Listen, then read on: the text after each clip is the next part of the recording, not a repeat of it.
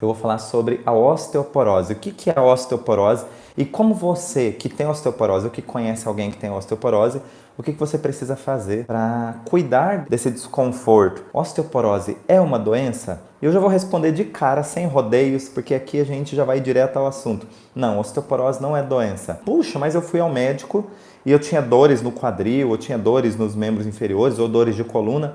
E eu fiz alguns exames e ele veio lá, olha, você tem osteoporose, que é uma doença que é comum atingir as pessoas na terceira idade. Então, peraí, é uma doença ou não? Na visão da nova medicina germânica, não. É apenas um comportamento do nosso organismo. E um comportamento estratégico acima de tudo. Isso significa que não é um acaso, que não é apenas uma reação aleatória, mas sim uma estratégia sensata e coerente do nosso organismo. Inclusive com uma vantagem biológica por trás. Não é que, pelo amor de Deus, tá? Senão vem um monte de gente aqui falando que o Adailton tá maluco. Como você pode dizer que tem vantagem em ter osteoporose? Não estou dizendo que tem vantagem em ter osteoporose. O que eu estou dizendo é que existe uma vantagem biológica, ou seja, o organismo ele tem um motivo, um objetivo determinado, onde ele tem mais ganho do que perdas. A osteoporose é uma reação do organismo que acomete o sistema ósseo, né, o nosso esqueleto. Alguns ossos são mais comuns a acontecerem a osteoporose, que é uma rarefação do osso. É como se o osso fosse ficando mais frágil, e esse mais frágil por conta dele ter um monte de buraquinhos nele. Então é como um queijo, sabe o queijo suíço? Ele vai tendo mais buraco, enfim, e ele fica sem uma sustentação adequada. Imagine nossos ossos cheio de buraquinhos dentro, ele vai ficar com uma sustentação comprometida. Assim como, imagine um prédio, e nesse prédio tem as vigas que seguram esse prédio. Imagine essas vigas. Alguém vai lá e pega uma furadeira e vai fazendo muitos furos. Furos de um lado e outro, mas muitos furos. A estrutura desse prédio começa a ficar comprometida. Isso porque o nosso aparelho ósseo, o nosso sistema ósseo é responsável por manter a estrutura do nosso corpo. Olha só, isso é uma informação mega importante já para você. O nosso sistema ósseo tem o objetivo ou a função de manter a estrutura do nosso corpo. Imagina o nosso corpo, é esquisitíssimo o que eu vou falar para você. Imagina o nosso corpo sem esqueleto.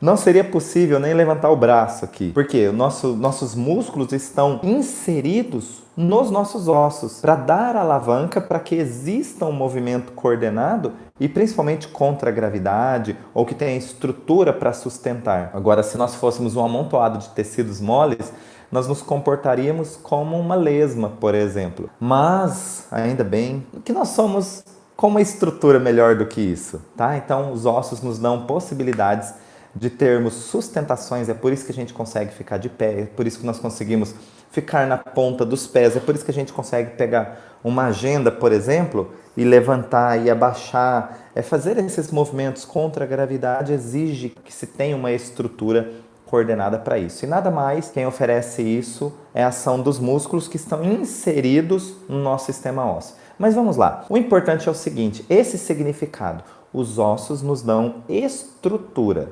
Ponto. Guardem essa informação. Agora, olha só. Quando uma pessoa começa a desenvolver osteoporose, que, como eu disse para vocês, não é uma doença, mas sim um comportamento estratégico do organismo por conta de alguma situação pendente. Essa rarefação óssea, qual seria o teor ou o objetivo dessa rarefação óssea? Quanto mais rarefeito meu osso, quanto mais frágil, menos ação eu terei. Se os ossos eles dão estrutura para que eu realize ações, movimentos livres no espaço, ou movimentos de suportar peso, ou de livres no espaço contra a gravidade, principalmente, enfim, o importante é que eles têm essa função. Qual é o desconforto? As pessoas têm dores ósseas quando inicia o processo de osteoporose, e aí começam limitações articulares. Há o risco muito grande de qualquer queda ser o suficiente para existir uma fratura. Pode ter fratura espontânea? Pode.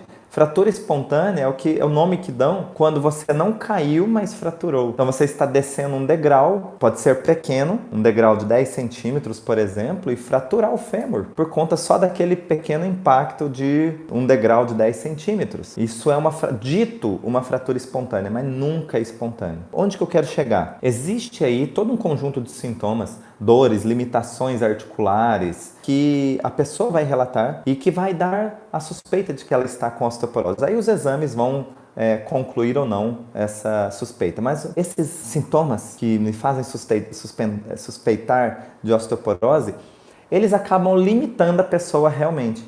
Agora, por que essa pessoa precisa limitar os seus movimentos? Justamente porque ela está diante de um forte sentimento de impotência ou desvalorização. Imagine só você com toda a sua estrutura perfeita e você não consegue realizar algo que você deseja muito. Algo que é muito importante para você, que é muito importante para a sua história. Você tem ali uma pendência. De onde vem essa pendência? Então, guardem o seguinte. Pendência sempre existirá quando eu sou pego de surpresa. Através de uma situação impactante, inesperada e vivida como isolamento. Ou seja, naquele momento ninguém pode me ajudar. Então eu tenho aí os 3 Is: impactante, inesperada e vivida em isolamento. Muito bem, toda vez que você é pego de surpresa, impactante dessa maneira, você corre o risco de não ter nem a ação de luta, nem a ação de fuga, que já é uma estratégia do nosso organismo. E se você não tem nenhuma das duas ações, vai ficar uma pendência. Nós chamamos de pendência biológica, tá? Por quê? Porque ficou um assunto mal resolvido aí, ou nada resolvido. Então, toda vez que você for pego com um choque, é impactante, inesperado, vivido em isolamento, e você não conseguiu nem lutar e nem fugir, o seu corpo vai criar um registro. E se esse registro está participando de um forte sentimento de impotência ou desvalorização, aí pronto.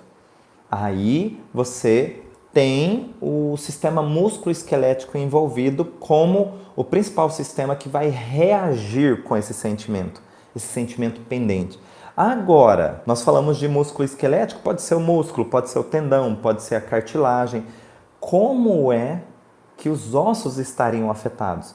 Eu preciso ter uma impotência na função do osso. Qual era a função dos ossos mesmo? Era dar estrutura. Então, você já deve ter ouvido, ou você já falou alguma vez assim, nossa, eu não tenho estrutura para suportar isso. Percebe que você acaba de declarar verbalmente o seu forte sentimento de impotência ou desvalorização diante de algo. Você dizer que não tem estrutura para suportar isso. Você está falando de sentimento de impotência e, sobretudo, na sua estrutura. Eu não tenho estrutura para levar esse projeto adiante. Eu não tenho estrutura para lidar com isso. Eu não tenho estrutura para continuar assim. Então, toda vez que você escuta frases dessa maneira, essa pessoa que está declarando tudo isso, ela corre o risco de desenvolver uma osteoporose. Por quê? Quando ela diz que não tem estrutura, de fato, ela está falando do quê? Da experiência dela, da capacidade dela, ou do próprio ambiente, como esse ambiente olha para ela. Então, quando ela diz que não tem estrutura, o organismo precisa tomar uma providência. Porque a nível psicobiológico é assim, eu tenho um corpo perfeito, mas eu não consigo. O meu vizinho consegue, o meu colega de trabalho consegue, alguém da minha família consegue, mas eu não consigo, eu não tenho estrutura para isso. Então, quando você tem esse forte sentimento instalado como um registro, teu corpo começa a criar comportamentos que dizem que realmente você não tem estrutura. Adailton, mas isso é uma vantagem? Sim. A nível psicobiológico, você ficaria martelando, dura que nem inconsciente. Martelando não é porque você fica pensando naquela história, mas sim porque algo fica reagindo aqui dentro. Uma informação fica reagindo aqui dentro, de que você não pode, não consegue, não pode, não consegue, não pode ou não consegue. Ou que alguém disse para você que você não pode ou não consegue, não pode ou não consegue. E você fica nesse círculo vicioso que não tem fim. Eu não posso ou não consigo. E aquilo começa a virar uma verdade absoluta. Para que seu organismo não fique martelando esse conceito, ele realmente toma providências biológicas. Eu não tenho estrutura, isso se torna uma verdade. porque seus ossos começam a ficar rarefeitos. E se isso é uma verdade, está dito e final. Ponto final no assunto. Do que ficar, imagina, eu não posso, eu não consigo, mas eu deveria. Olha lá fulano que é mais velho do que eu e pode e consegue. Olha lá fulano que tem menos potencial às vezes e está conseguindo. Essa tensão psicobiológica, ela consome a energia de qualquer ser humano. E quando você ou seu organismo tomam providências, é hora dele ir virando a paginazinha. Só que quando você toma providências de uma maneira crítica, vamos dizer assim, ou seja, o que é uma forma crítica? É quando você tomou providências que não vão fazer exatamente virar a página, mas que faz você apenas sair do conflito biológico. O que é isso? Quando você diz eu não posso ou não consigo, e seu corpo realmente não pode ou não consegue, por um sintoma, é uma verdade e isso não é mais uma tensão psicobiológica. Mas quando você diz, eu não posso, eu não consigo, e teu corpo poderia e conseguiria sim, isso é tenso. É igual alguém dizer para você, vai lá, você dá conta, você pode, eu sei. E você, dentro de você, você está ali dizendo assim, puxa, eu vou falhar, não vai dar certo. Vai lá, você é um ótimo atleta, você vai conseguir. E você sabe, você fala, não vai dar certo. Então tem tantas situações, mas tem que ser impactante, inesperada e vivida em isolamento, ou seja, chocante. Cuidado com o que você pensa, com o que você diz, com o que você sente, com o que você não faz com o que você sente, porque se você tiver esse sentimento instalado de impotência ou desvalorização diante da sua estrutura, você começa a ser um candidato a desenvolver osteoporose. E aí, de repente, as pessoas perguntam assim, poxa, mas não é uma doença, não é um sintoma característico da terceira idade? Sim, mas não é característico por conta da idade em si. É característico na terceira idade porque é a fase da vida onde as pessoas mais se sentem impotentes ou desvalorizados. Imagina aos 20 anos você procurar emprego e você receber um não na cara. O que você faz? Vou procurar outra porta. A tendência é você levantar no dia seguinte e falar, vamos lá, eu estou começando minha carreira, vamos lá, vamos tentar outra porta. Ou você começar, alguém dizer para você, olha, você é muito novo para isso, ou você não consegue. A tendência, não é uma regra, mas é uma tendência é o seguinte, às vezes você fica até chateado, mas aquilo não te influenciar o suficiente para que você sinta choque de acreditar nisso, de deixar criar um registro no seu cérebro por conta disso.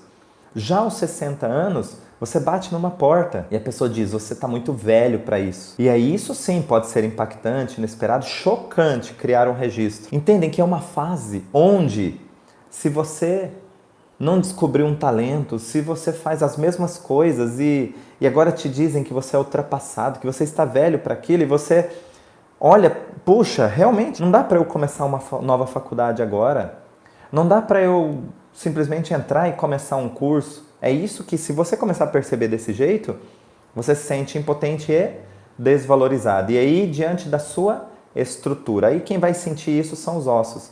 Quem vai reagir com essa informação são os ossos.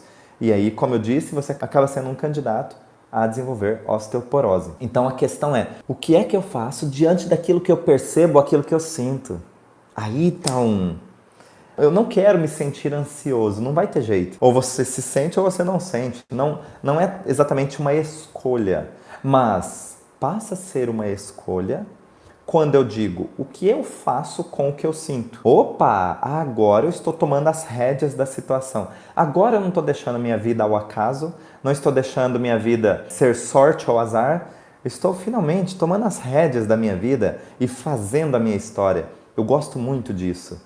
Eu gosto muito desse trechinho onde a gente deixa bem claro aqui que você não está livre de acontecer nada. Você não está livre de sair aqui na rua e chegar ali no portão da sua casa, alguém olhar para você e dizer, você é feio, você é chato, eu não gosto de você, você é um pateta, você é um palhaço. Eu não estou livre disso acontecer e ninguém aqui está livre de acontecer isso. Mas a questão é, isso mexeu comigo?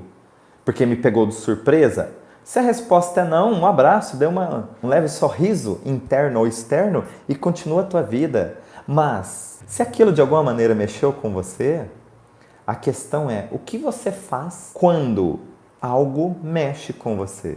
Quando você é pego de surpresa, quando aquilo que vem de fora de você, de alguma maneira influencia nos seus sentimentos. E aí, se você sentiu-se impotente ou desvalorizado, o que eu faço quando eu me sinto impotente ou desvalorizado? E mais do que isso, que é o assunto de hoje, o que é que eu faço quando eu me sinto impotente ou desvalorizado em relação à minha estrutura? Aí é que vem a resposta. Agora nós estamos tomando as rédeas. Agora nós estamos direcionando a nossa história. A partir do momento que nós temos consciência, clareza de que nós podemos construir a nossa história, nós não podemos evitar exatamente nada. Porque nós não temos o controle da situação. O que nós temos um certo controle é na construção da história. O controle do que vai acontecer, não. Mas nós podemos pegar as rédeas e direcionar. Agora eu quero ir para a direita, agora eu quero ir para a esquerda, agora eu quero ir reto, agora eu quero parar. Nós temos esse norte. Porque cada vez que algo nos pegar de surpresa, eu não estarei blindado, mas eu estarei pronto a decidir novamente. Tá, eu tive um planejamento e algo aconteceu no meio do caminho. O que eu faço quando o plano A ele não é mais o principal?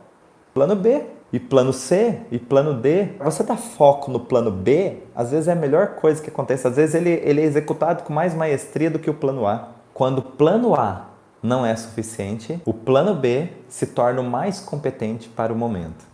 Por que isso? Porque assim eu me torno potente e valorizado. Por quem? Por mim mesmo. Enquanto eu espero que o ambiente ao redor, as pessoas ao redor reconheçam o quanto potente eu sou, o quanto valorizado eu sou, eu ainda estarei sem as rédeas do norte da minha história. Eu entreguei na mão das pessoas. E quando eu pergunto para mim o que me faz sentir potente e desvalorizado, as ações sobre aquilo que me fizeram sentir impotente ou desvalorizado, como é que eu, no sentimento de impotência, posso tomar atitudes ou ações que me façam sentir potente? A partir do momento que você tem clareza de que você não é o sentimento, que não é um sentimento teu, mas e sim um sentimento que brotou a partir de uma situação, o que é que eu posso fazer e vou fazer para que eu me sinta potente e valorizado? Para quando eu olhar para a minha própria história, eu dizer assim, puxa, valeu, gostei. Não precisa ser nada fantástico, nada mágico. Uma ação, uma atitude. Porque realmente, cá entre nós aqui, uma situação que te pega de surpresa, normalmente você é convidado a ter ações e talvez essas ações não sejam tão imediatas. Você é convidado, é quase desafiado. Mas aqui nós não queremos vencer desafios, nós queremos que você apenas reconheça. Eu não consegui tomar nenhuma atitude no exato momento porque eu fui pego de surpresa e isso me deu uma travada e tá tudo bem. Mas agora que eu tenho clareza de que esse sentimento de impotência, ele apenas brotou porque eu fui pego de surpresa, então eu estou vivendo. A vida é feita disso. Se tudo na vida for previsto, qual é a graça? E olha, novamente, eu vou ter que ser repetitivo, não é nada de desafio. Nada de desafio. Esquece essa coisa de que você tem que matar um leão por dia, que a vida te desafia e você tem que ser forte. Não, você tem que ser só você. Lutar ou fugir não tem honra. Eu luto sempre, isso não é mais honra do que fugir. Eu quero saber quem está vivo no final, quem adotou a melhor estratégia. Se você tem um bandido na tua frente, qual a melhor estratégia? Lutar ou fugir? Não sei. A melhor é a que te tira dali, é a que te faz resolver a situação. A honra é estar vivo. Quando a gente tem clareza de que cada um é o que é, a gente começa a se respeitar e a gente começa a se valorizar, reconhecer os nossos potenciais. Eu tenho que reconhecer onde está o meu limite. Porque quando eu sei onde está o meu limite, eu me respeito, eu não quero mais ser igual ao outro. Quando eu quero fazer algo perfeito, eu tenho que seguir até onde vai o meu limite, o meu máximo potencial. E a cada dia aprender. Se eu quero ir além, eu tenho que então aprender a ir além. Só que eu não posso me comparar com ninguém. Quando eu fico me comparando aos outros, eu sempre vou ficar buscando aquilo que eu já tenho, mas não reconheço. Isso é perigoso porque o sentimento de insatisfação ele é constante. Um sentimento constante de insatisfação, sabe o que ele traz? A perda da sua estrutura. E dá-lhe osteoporose. Eu tenho que buscar ações que me façam sentir potente e valorizado. Quem que vai ficar me elogiando? Quem é que vai ficar me reconhecendo? Eu mesmo. Eu tenho que pegar as rédeas. Se eu faço coisas que eu acho interessante e fico esperando aplausos, talvez eles não venham. Às vezes, A gente faz coisas que ninguém sabe, né? Tem pessoas que descobrem livros de poemas, uma avó que acabou de falecer, enfim, tal, aí vão lá juntar as coisas dessa avó e acham um caderno de poemas que ela escreveu e que ninguém sabia. Vocês conseguem imaginar o quanto que de repente isso fazia bem para essa pessoa? E que ela não precisou do aval, do reconhecimento de ninguém. E vão falar, meu Deus, mas eu nunca soube que minha avó fazia poemas e olha, são preciosidades, são poemas lindos. Então, se posteriormente, né, você faz alguma coisa que isso te faz muito bem, que faz seu coração bater forte, que te traga esse forte sentimento de potência e valorização, e isso posteriormente tem reconhecimentos, ótimo, melhor. Só que precisa ter o reconhecimento teu. Porque quem é que sabe o quanto você evolui dentro de um projeto, de um trabalho, de uma ideia, de um potencial? É você. Nós estamos falando aqui de um comparativo, agora, você com você. Não é fazer melhor ou fazer mais. É um comparativo de, prestem muita atenção, o quanto isso me faz bem. É muito diferente. Imagine você entrou para uma profissão, por exemplo, no meu caso, fisioterapia. E aí, quando eu tiver 60 anos, eu falo assim, gente, hoje eu não preciso mais da fisioterapia propriamente dita para viver como renda, como fonte de renda. Mas a fisioterapia me faz muito bem, no sentido de ajudar as pessoas, executar fisioterapia nas pessoas. E eu vou fazer um trabalho voluntário para isso. E de repente, por ser uma ação voluntária, algo que me faz tão bem, e agora eu tenho tempo para executar da maneira que eu quero, e não necessariamente abrir uma agenda e ficar preocupado com o horário. Puxa, eu reservo 1 hora para cada paciente. Mas tem pacientes que eu gostaria de ficar com ele 2 horas. Mas dentro de uma agenda eu não posso fazer isso, porque senão atropela o dia. Então olha só, se de repente eu tiver a oportunidade de agendar 3 pacientes num período, uma tarde inteira para 3 pacientes, não quer dizer que eu vou ficar 2 horas com cada um, mas eu fico o tempo que, sem ter que olhar no relógio, sei lá, eu vou fazer tudo que é preciso. Eu acabo evoluindo na qualidade, e não quer dizer tempo, tá? Mas é só se eu precisar de tempo eu ter disponível. Então, sabe que você olhando para trás, você fala assim, nossa, eu estou evoluindo na assistência, na qualidade, em tudo que eu quero oferecer e hoje eu posso. Olha que interessante. Então, quando você olha, não é mais uma profissão, é uma missão. Então, profissão é aquilo que você escolhe para fazer, para ter uma renda e ajudar, enfim, de alguma maneira a contribuir para a sociedade no seu talento ou naquilo que você se formou. Mas quando você chega na fase de aposentadoria, você tem uma escolha. Eu quero continuar minha profissão, eu quero esquecer minha profissão ou eu quero abraçar uma missão. Olha que coisa maravilhosa, né? A possibilidade de você executar uma missão. E eu digo para vocês, hoje, eu, Adailton, o Adal também já compartilhou isso comigo, nós acreditamos muito que nós já encontramos nossa missão de vida, que é justamente compartilhar conteúdos, né? Nós amamos atender pacientes, a gente gosta muito de compartilhar aquilo que deu certo para nós, compartilhar com as pessoas, compartilhar o conhecimento, a experiência, enfim. E a gente acredita que isso seja uma missão de vida porque a gente não quer parar. Dando receita ou não, faturamento ou não, a gente gosta muito, a gente não quer parar. Você fala da terceira idade, onde se desenvolve a osteoporose. Mas, nesse caso, isso não acontece de forma impactante, inesperada em isolamento. Como então parar essa reação biológica? Sim, acontece de forma impactante, inesperada em isolamento. Por quê? Me diga uma coisa, todas as pessoas que chegaram na terceira idade, 60, 70, 80 anos, têm osteoporose? Não. Todas as pessoas precisam fazer reposição hormonal? Não. É uma grande maioria que precisa? Sim. Mas maioria não quer dizer sentença. Então, o que essas pessoas que já chegaram na terceira idade, que não têm osteoporose, tem de diferente das pessoas que chegaram e têm osteoporose? Que aí um conversa com o outro e fala, nossa, mas também eu tenho 70 anos, o que eu vou querer? O que eu vou querer da vida? Eu escuto isso e eu falo, olha o sentimento de impotência, olha o sentimento de autodesvalorização gigantesco. O que eu quero da vida com 70 anos? Eu escuto isso e me dá vontade de bater um papo com essa pessoa, mas nós temos que tomar cuidado de não sermos intrometidos na vida da pessoa. Mas olha só, quando você escuta alguém dizer, puxa, mas eu também já tenho 70 anos, mas eu também já tenho 60, mas eu também... Isso é o que o seu RG mostra, o quanto de idade você tem, mas potencial, capacidade.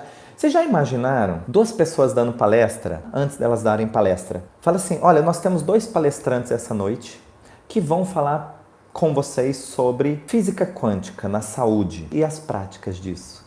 Nós temos aqui uma pessoa que vai falar a primeira meia hora, que é um jovem de 20 anos, e nós temos uma pessoa que vai falar na segunda meia hora, que é um jovem de 80 anos. Me diga se na verdade, de verdade mesmo aqui, sinceros, hein, olho no olho, se você imediatamente não imagina que essa pessoa de 80 vai trazer muito mais bagagem, que o outro talvez traga algumas novidades, mas que a experiência, a robustez do conteúdo venha desse jovem de 80 anos. Isso não quer dizer que ele tenha mais conteúdo, ele tem mais história, isso é fato. Então, peraí, será que realmente a idade ela vai significar um sentimento de impotência ou desvalorização? Eu um dia fiz um exercício onde eu falo da missão de vida, que era justamente descoberta de missão de vida.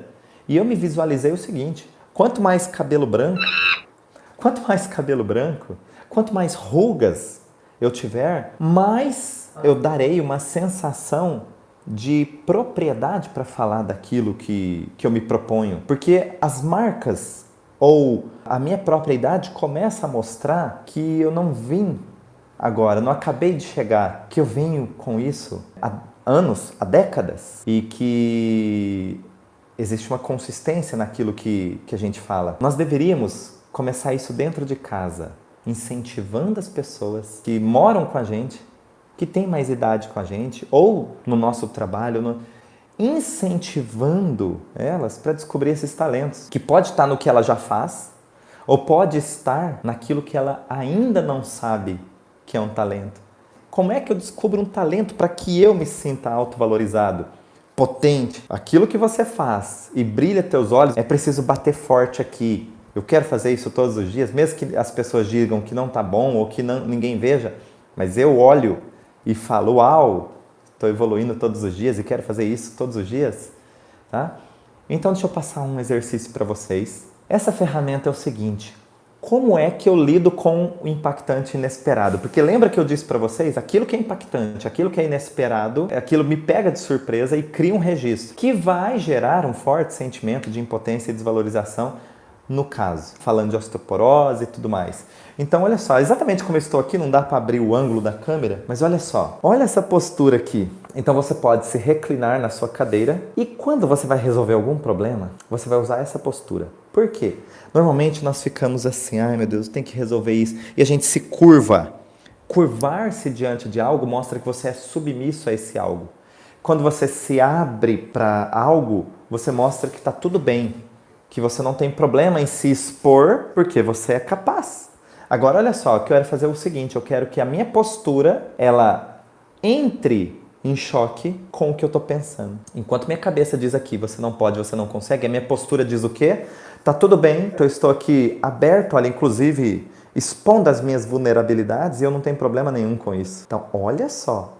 Mas como é que eu faço isso na prática? Então anotem aí. Você passou por uma situação impactante inesperada que está gerando um forte sentimento de impotência ou desvalorização. Você vai ficar nessa postura aqui durante 2 minutos, pelo menos. A partir de 2 minutos, aí sim você vai pensar naquilo que aconteceu de impactante inesperado, que te deu a sensação de isolamento. Tem uma cientista que ela é de Harvard e ela concluiu o seguinte através de algumas pesquisas. A partir de 2 minutos, numa postura que ela chamou de alto poder, que, por exemplo, essa postura que eu estou passando para vocês é uma dessas posturas. Se você colocar o pezinho em cima de um puff ainda, aí fechou. O que acontece? Nós temos aí, a partir de 2 minutos, uma mudança bioquímica. E nessa mudança bioquímica, acontece que sobe o nível de testosterona e cai o nível de cortisol. Cortisol é o hormônio do estresse, isso significa que você vai estar menos estressado para resolver uma pendência, que acabou de acontecer. E testosterona é um hormônio que nos leva para estarmos mais motivados, mais ativos, mais para ação. Então, olha só, aquilo que pegou você de surpresa e te deixou impotente e desvalorizado, agora é o momento de resolver isso. Lembra que eu disse para vocês? O problema não é um choque acontecer, é o que é que eu faço quando eu me sinto impotente ou desvalorizado diante desse choque. Então, 2 minutos você fica nessa postura, se quiser ficar mais, perfeito, mas a partir de 2 minutos você pode pensar assim, bom, que ação eu posso tomar agora, ou sou capaz de tomar agora para resolver isso que aconteceu comigo? E busque as soluções nessa postura aqui. Imagine só, você está numa postura que diz para o seu corpo e para o seu cérebro que está tudo bem, que está tranquilo, praticamente você está na praia. E a sua cabeça diz que você tem um problema a resolver. Sabe qual dos dois que ganha essa disputa? A bioquímica. E quando isso acontece, vai ficar muito mais fácil de você achar ou encontrar uma solução que parta de você e provoque a virada de chave, que é neutralizar esse sentimento de impotência ou desvalorização. E a partir disso, você, conscientemente e de forma clara, nunca mais vai se permitir que ele brote em você. Porque quando brotar, você tem ali 2 minutos para resolver de uma maneira eficaz. Então eu quero que você faça isso sempre. Não é só para evitar a osteoporose, tá? Mas é que para você reconheça que você sim tem o seu potencial particular e você deve reconhecer isso. Você é a pessoa mais importante para olhar para si e buscar melhoras. Ninguém tem que dizer isso para você. Você olha e você evolui todos os dias.